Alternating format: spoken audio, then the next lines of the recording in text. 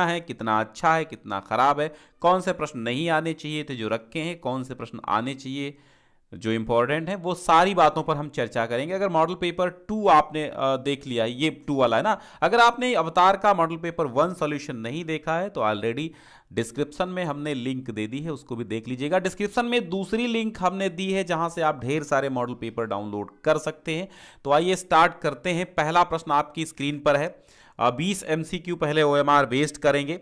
तो निम्नलिखित में से कौन प्रसिद्ध आलोचक हैं? तो मुंशी प्रेमचंद प्रसिद्ध आलोचक हैं, महादेवी वर्मा है, रामचंद्र शुक्ल हैं, या फिर जयशंकर प्रसाद हैं? तो आप सभी जानते हैं कि जयशंकर प्रसाद नहीं है, प्रेमचंद नहीं है, महादेवी नहीं है, आचार्य रामचंद्र शुक्ल एक प्रसिद्ध आलोचक हैं। खड़ी बोली की प्रथम गद्य रचना मानी जाती है राग दरबारी, क्या भूलूं क्या याद करूं, गोरा बादल की कथा एंड साहित्यालोचन। तो गोरा बादल की कथा खड़ी बोली की प्रथम रचना, जिसको जटमल ने लिखा है। किसने लिखा है? जटमल ने लिखा है। पृथ्वी से सप्तर्षि मंडल के लेखक कौन है? डॉक्टर नगेंद्र हैं, डॉक्टर हजारी प्रसाद द्विवेदी हैं, डॉक्टर संपूर्णानंद हैं, या सरदार पूर्ण सिंह हैं? फटाफट जवाब चाहिए। सही जवाब आपका हो जाएगा पृथ्वी से सप्तर्षिमंडल, डॉक्टर संपूर्णानंद। पृथ्वीपुत्र किसकी रचना है, किस विधा की रचना है? तो पृथ्वीपुत्र जो रचना है वो आपकी किसकी है? वासुदेव शरण अग्रवाल की है। हम आपकी कमेंट नहीं पढ़ पा रहे हैं, सॉरी उसके लिए। चूंकि अभी आप आराम से बस अपने सॉल्यूशन को देखिए, कमेंट पर ध्यान मत दीजिए। आप केवल सॉल्यूशन, केवल क्वेश्चन देखिए, बहुत कम टाइम बचा है। प्री बोर्ड में भी आपका ये काम आ जाएगा, आपका यूपी बोर्ड के एग्जाम में भी बहुत सारे प्रश्न फंसेंगे। ठीक है। पृथ्वीपुत्र किस विधा की रचना है? तो वासुदेव शरण अग्रवाल का निबंध संग्रह पृथ्वीपुत्र है। गिरती दीवारें के रचनाकार कौन है? उपेंद्र नाथ अश्क इसके रचनाकार हैं, गिरती दीवारों के। सरस्वती पत्रिका के संपादक तो हम आपको बता दें, सरस्वती पत्रिका के संपादक महावीर प्रसाद द्विवेदी हैं। सुमित्रानंदन पंत की रचना निम्न में से कौन है? युगांत, पथिक, यशोधरा, साकेत। पथिक तो ये राम नरेश त्रिपाठी की हो गई। किसकी हो गई? राम नरेश त्रिपाठी की हो गई। साकेत मैथिली शरण गुप्त की हो गई। किसकी हो गई?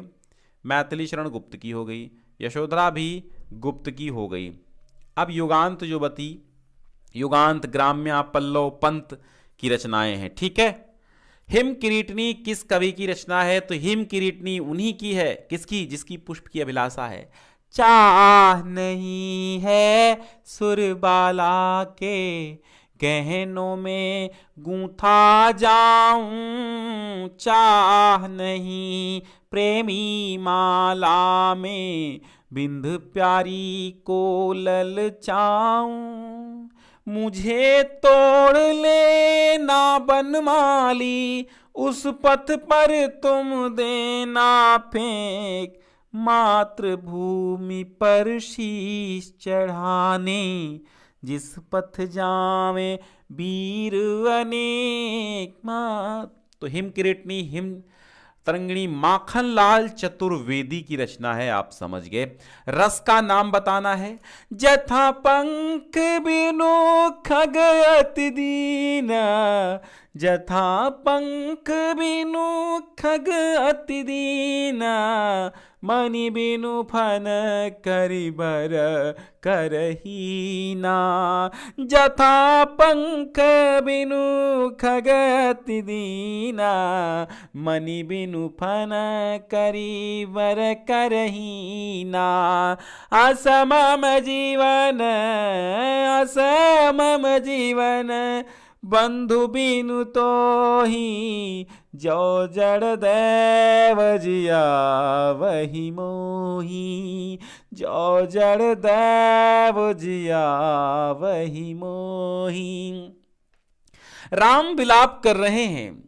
राम कहते हैं कि जैसे पंख के बिना पक्षी बहुत दीन हो जाता है, जैसे मणि के बिना जो फन यानी सर्प है वो मणि के बिना बेकार हो जाता है, जैसे करिवर यानी हाथी अपने कर यानी सूंड के बिना हीन हो जाता है, बेकार हो जाता, सूंडहीन हाथी हो, जैसे मणिहीन सर्प हो, जैसे पंखहीन खग हो, ऐसा ही जीवन है बंधु लक्ष्मण तुम्हारे बिना है। अगर मुझे ये विधाता जीवित रखता है तो मुझे ये विधाता मार दे तुम्हारे साथ। ऐसा राम विलाप कर रहे हैं।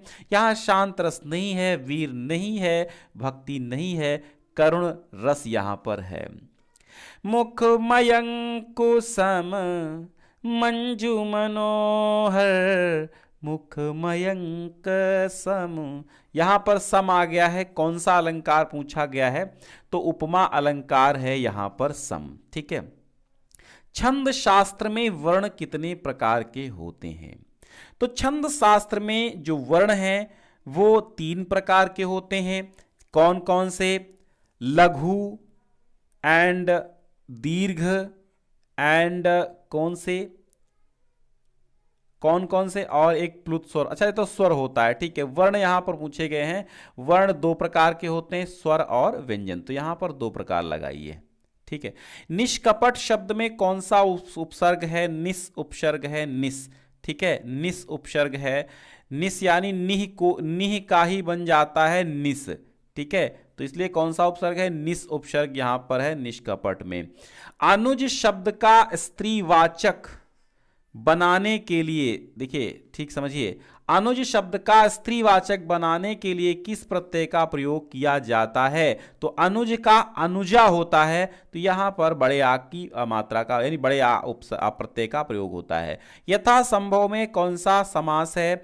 बहुब्रीहि समास है यथा संभव में। अच्छा, अव्ययी भाव है, अव्ययी भाव समास है यथा संभव में, जो कि आपके सिलेबस में मुझे लगता नहीं है। ठीक है, तो यथा संभव में अव्ययी भाव समास है। और हल्दी शब्द का तत्सम बताना है। बहुत बार पूछा गया है हल्दी का, तो हल्दी का हरिद्रा होता है। खा ऑप्शन आपका सही है। निम्न में से आम का पर्यायवाची कौन सा है? क्षीर माने दूध होता है।